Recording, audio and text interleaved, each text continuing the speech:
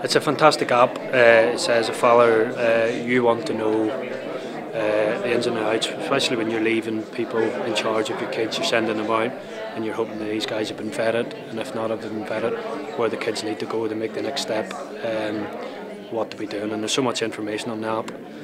It is new, and as I say there, it probably will take a little bit of time for people to get used to it, but it's a fantastic app, and hopefully one that young players mainly are going to use.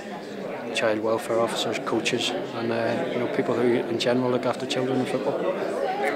For me, coming today, speaking to the people organising it, was sort of an honour to be asked to come, and an honour when they're doing this new app for me to be asked to be speaking on it. So when they asked me to come today, I was more than happy to come. And as you see some great people here, backing it. People from the IFA. People from grassroots football, and everybody's backing it. Say it's a new app. It will take a little bit of time to gel, but it's a fantastic app, and hopefully in the long run it's going to benefit. I think they said the stats up there is 25,000 young players a week. So that's so many players that have to be looked after.